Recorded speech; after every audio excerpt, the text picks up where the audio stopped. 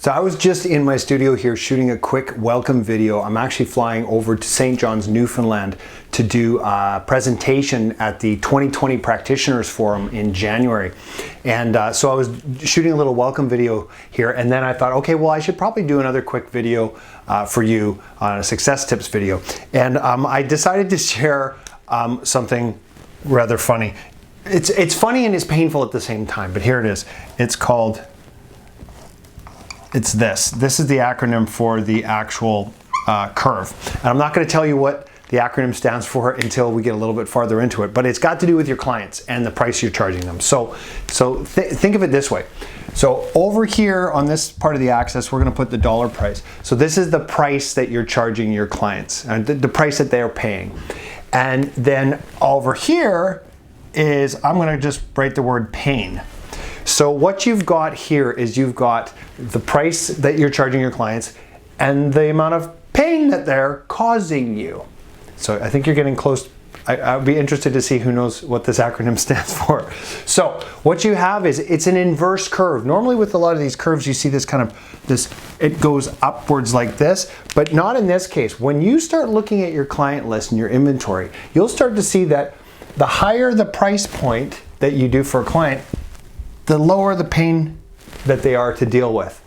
But as the price starts getting lower and lower, the amount of pain that they cause you in your practice gets increasingly higher. So it goes a little bit like this, where you can see this curve.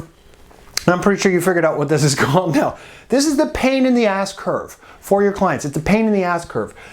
When the clients you're charging them more money, they always tend to be less of a pain in the ass. But as the price gets lower and lower and lower, they become more of a pain in the ass. And it's fair enough that, you know, they quibble about the bills, they complain about it, their files are messier, all the rest of that stuff. But what the real pain is that comes in from a monetary standpoint is the damage it causes to your practice when you're working in this area. When you're working in this area in your accounting practice, you are killing your net income. You're killing your bottom line. There's this 80-20 principle. It's called the Pareto principle.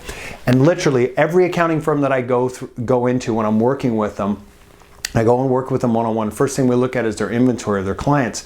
We go and check and look at the top 20% of their clients. If you look at the top 20% of their clients, as part of their business model, if you look carefully, it actually brings in, and this is a scary number, it brings in 150% of their net income. 150% of their net income. The bottom 80% of their clients, so let's talk about these ones in here in this area. The bottom 80% of the clients actually take away 50% of the net income, so that you come up with whatever they make in the year. There's the 100%. It's the Pareto principle on, well, I call it on steroids. You actually, when you start modeling out and look at the clients that you're servicing at this level, the amount of clients, the amount of work you have to do, the amount of time, money, and resources you have to throw at it, it actually takes 50% away from your net income line. So with a lot of accounting practices, and I highly recommend you do this, you look at your inventory carefully and closely. That bottom 80%, if you just got rid of them, you would instantly make 50% more net income bottom line, and you'd have way less headaches and all the rest of it. So, and it stems from my new curve that I might have to trademark this. Maybe I'll put a little TM here, trademark. PAIC, the pain in the ass curve. Those are your clients. So there you go. Like I said, if you go back in and look at your accounting or your list of clients, and you do this exercise, I think you'll find out that it's true. So wherever you're watching this, please scroll down, leave me a comment, and stay tuned for more success tips to come.